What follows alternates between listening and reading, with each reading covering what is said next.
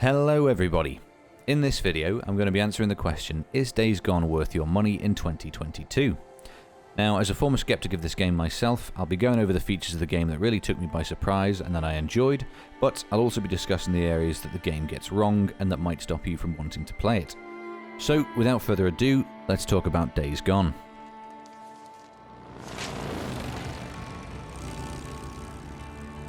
So, if you've never heard of this game before, Days Gone is an open-world action RPG game that takes place in a post-apocalyptic Oregon 2 years after the outbreak of a pandemic. The game was originally unveiled at E3 in 2016 in a gripping 10-minute gameplay trailer. It immediately stirred anticipation for what looked like a much-needed revival of the zombie genre. However, upon its release to PlayStation, Days Gone received mixed reviews from critics and players alike. The game was marred with performance issues, long loading screens, and frequent bugs, and on top of that, reviewers found its story to be unambitious and repetitive. Now, being a PC gamer myself, I didn't buy the game when it's released to console, and 2 years later when the game debuted on PC, having heard so much negativity surrounding its initial release, I decided not to buy it. But fast forward a few months later, and a friend gifted me the game telling me I absolutely had to try it, so reluctantly, I jumped into it. So I went to the game with pretty low expectations, and I thought it'd be pretty unlikely that I actually finished the campaign. And I'm not going to hit you with the old cliche of I played it for 10 minutes and I was absolutely hooked, because I wasn't. I was very impressed with the visuals, and I was actually quite surprised by the brutality of the game itself, especially in the opening sequence. But the gameplay had me concerned, and the main character initially seemed very stiff and generic. I was worried the game was going to be riddled with these mediocrities, and that it wouldn't hold my attention for long enough to actually finish it. So, what changed? What kept me playing the game despite my pretty high skepticism and my numerous doubts, and what made me enjoy the game so much that I felt compelled to make a video telling others about this game in the hopes that they don't almost miss out just like I did? Well, there's several aspects of this game that the developers get absolutely right, and I'm going to go over those first, and afterwards I'm going to tell you where the game suffers. Now, the first thing that really took me by surprise in this game is the voice acting. It is absolutely amazing. The voice actors for this game do an incredible job of bringing the characters to life, and they manage to do this even with the smallest and simplest, what seems like irrelevant lines of dialogue. I found myself becoming more and more interested in tiny conversations that had nothing to do with the main story, which in other games I might have waved off as complete filler. They managed to deliver their lines in such a natural way that you kind of forget they're acting, which, yeah, you could probably argue is the point, but there's just something about the way the dialogue is written that really brings the actual world around the game to life. They're not just force-feeding you information that's solely related to the story or the quests, they're sort of giving you the opportunity to better connect with the characters through small, non-substantial bits of dialogue. You're gonna break my shotgun. Now, as a result of this, you really start to feel connected with the characters better, and find yourself far more invested in their individual stories, and through that, the overall story of the game itself. The next feature I'd like to talk about in this game is the visuals. Simply put, Days Gone looks fantastic. You're introduced to this game as you ride through the tall evergreen trees of Oregon, and as the game progresses, the environment really opens up. You get to explore a world filled with stunning views, fantastic lighting, and my personal favourite, some absolutely gorgeous inclement weather. Now, the performance issues that were present at the initial release of this game are all but gone, and the best part is you don't even need a beast for PC to get this game looking great. I'll put the recommended specs up on the screen for you to pause if you want to take a look at them. To give you a small example of my experience with the graphics in this game, the first time I encountered snow, I probably spent 30 minutes riding around on the bike with no destination in mind. I was just completely taken aback by the absolute shift in atmosphere from the usual dark and unforgiving plains to the completely peaceful falling of the snow, hiding the horrors of the world underneath. What helped to immerse me more into this post-apocalyptic world was the sound design of the game. When you're riding around on your bike after dusk and cruising to the rumble of your engine, whilst taking in the absolutely beautiful scenery, it's quite easy to forget the context of the world that you're in. But nothing quite draws you back to reality like a distant scream of a freaker in the night, or the collective groans of a horde you've accidentally stumbled upon whilst looking at the pretty flowers like an idiot. Now, if you're going to be spending a good amount of time in the game pumping rounds and rounds into hordes of angry bitey boys, you'd better feel like your weapon has some oomph to it. And luckily, the guns in this game can only be adequately described as meaty. Here's a few examples.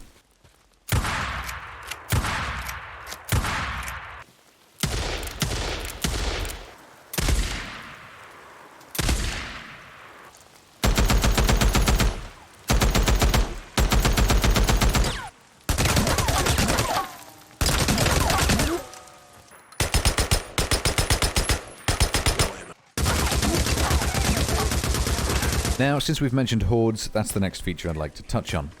Being probably the most anticipated aspect of this game, especially because of the original gameplay trailer, it was important for the developers to get these right, and in my opinion, they absolutely nailed them. The Hordes and Days Gone are some of the most intense and overwhelming examples of fast zombies in the genre. They required careful planning and the ability to adapt quickly to new threats, and even if you did carefully plan and prepare your route, you would undoubtedly end up running for your life praying that they ran out of freakers before you ran out of bullets. There are plenty of Hordes in this game to sink your teeth into, and whenever I felt like taking a break from the main story, I would go and look for trouble in a local cave system. The game starts you off with a relatively small-sized horde, but the more you progress, the bigger and more unique they get. Now, you can either choose to rudely awaken these hordes from their daytime dwellings, or you can wait until night and accidentally run into the ones that are roaming near their lair for food. Now, one last thing before we get into the negatives that I want to mention, and it's a very small and very specific feature, but it's the bike physics. Somehow, the developers of this game managed the impossible. They made driving a bike using a mouse and keyboard not just bearable, but actually incredibly fun and satisfying.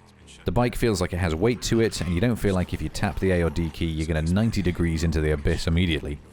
It sounds like such a small thing, but when you spend as much time as you do in this game on the bike, it's really important to make it one of the more enjoyable features and not just feel like, you know, I've got to use this to get from A to B. It's genuinely fun to drive around, and you'll find yourself sometimes driving without any destination in mind. Now, despite all of the above mentioned, I do think this game still has its flaws. And the biggest one for me, which really takes away from the game, is that the story doesn't really hit its stride until about a third of the way into the game.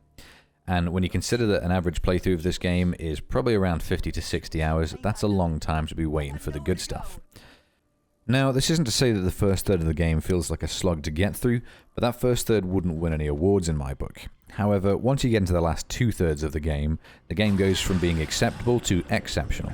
You start to meet much more interesting characters, and the story really starts to pick up its pacing and follow the direction it feels like it wanted to go in the first place. This is when the game hooked me. Now, luckily the core gameplay mechanics of the game and the story in the first third, I think, are enough to keep you interested until this hook. However, if you pick up this game and you're sat there in the first few hours thinking, maybe this isn't for me, or I was looking for something a bit more story-driven, just keep going. Once you get to that second two-thirds, this game blossoms completely. And it goes from being a kind of mediocre zombie game to a fantastic story with even more fantastic missions and a better environment. I think what really exacerbates this issue early on is when you're first introduced to the main character Deacon, he can seem quite stale and generic, and I really had a difficult time empathizing with him or finding him interesting early on. However, as I progressed the story, I started to realize that Deacon's blunt exterior is more of a result of the fact that he's been living in a hellish world for the past 2 years, and the more you discover about his past, the more you start to understand him and then grow attached to him, and through that, you find yourself more invested in the story. Now, the other negative I want to touch on is the complaints around repetitive missions, and unfortunately they're not unfounded. This game does involve a lot of the same types of missions, slightly camouflaged as different missions, but in reality very, very similar. There are 3 or 4 that I can think of that come to mind that you'll be doing a lot. And that is, you know, go here, clear out this infestation, or go to this camp, clear out these nasty, nasty bad men, or go clear these checkpoints of alarms and get them working again. And by a few hours in, you've really seen most of the mission types that this game has to offer. And usually, I really don't enjoy this type of copy and paste level design. I find it quite unambitious, and they wouldn't be really getting any awards for innovation. But these missions are made enjoyable by some fantastic core gameplay. The combat in this game is satisfying, and you'll find yourself rolling through these missions because you want to go and shoot some people in the face. You want to go and shoot some zombies in the face. And also you want to discover more about the world and the environment that you're in, and more about the characters that are in it with you. Yes, this game has repetitive missions, but you will enjoy yourselves whilst playing those repetitive missions because it's built on such a strong foundation.